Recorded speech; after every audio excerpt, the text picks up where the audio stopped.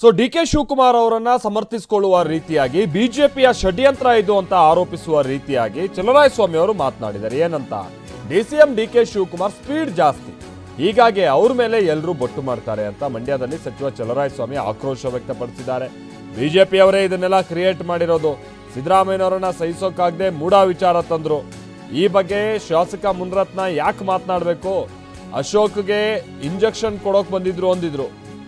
So Munirathna ಮೇಲೆ ಬಿಜೆಪಿಯವರೇ ಬೇಸರ ವ್ಯಕ್ತಪಡಿಸಿದ್ರು. ಅಶೋಕೆ ಹೇಳಿದ್ರು ಇಂಜೆಕ್ಷನ್ ಕೊಡೋಕೆ ಬಂದಿದ್ರು ಅಂತೇಳಿ.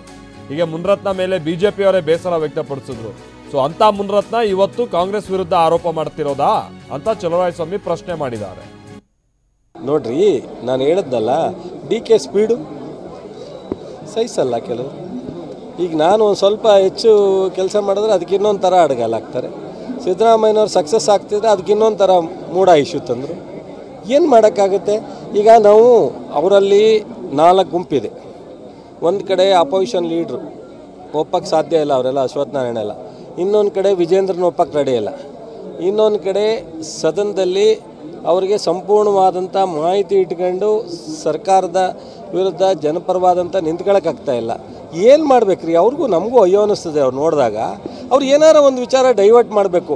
ಇಲ್ಲ ಸಿದ್ದರಾಮಯ್ಯನವ್ರ ಬಗ್ಗೆ ಹೇಳಬೇಕು, ಇಲ್ಲ ಡಿ.ಕೆ. ಅವ್ರ ಬಗ್ಗೆ ಹೇಳಬೇಕು, ಇಲ್ಲ ಸರ್ಕಾರದ ಬಗ್ಗೆ ಹೇಳಬೇಕು. ಅದು ಹೇಳ್ತಾರೆ. ಅವೆಲ್ಲವೂ ಸಹ ನಾವು ದಾಟಿ ಮುಂದೆ ಹೋಗಿ ಜನಪರ ಕೆಲಸ ಮಾಡಿ ಜನಪರ ಯೋಜನೆ ಕೊಟ್ಟು ನಾವು ಸಕ್ಸಸ್ ಆಗಿದ್ದೀವಿ, ಸಕ್ಸಸ್ ಆಯ್ತು. ನೋಡ್ರಿ, ಮುನಿರತ್ನ ಅವ್ರ ಬಗ್ಗೆ ಯಾಕೆ ಮಾತಾಡ್ತೀರಾ? ಅಶೋಕ್ ಅವರೇ ಹೇಳಿದರು ನಮಗೆ ಇಂಜೆಕ್ಷನ್ ಕೊಡೋಕೆ ಬಂದಿದ್ರು ಅಂತ. ಅಲ್ಲಿರ್ತಕ್ಕಂಥ ಬಿ ಜೆ ಪಿಯವರೇ ಎಷ್ಟೋ ಜನ ಅಸಮಾಧಾನ ವ್ಯಕ್ತಪಡಿಸಿದ್ರು. ಈಗ ಮಾತನಾಡೋದ್ರಿಂದ ಏನು ಪ್ರಯೋಜನ ರೀ? ಅದು ಯಾರು ಲೇಡಿ ಇದ್ದರು ಅವರೇ ಬಂದು ದೂರು ಕೊಟ್ಟಿದ್ದರು, ತನಿಖೆ ಆಗಿದೆ.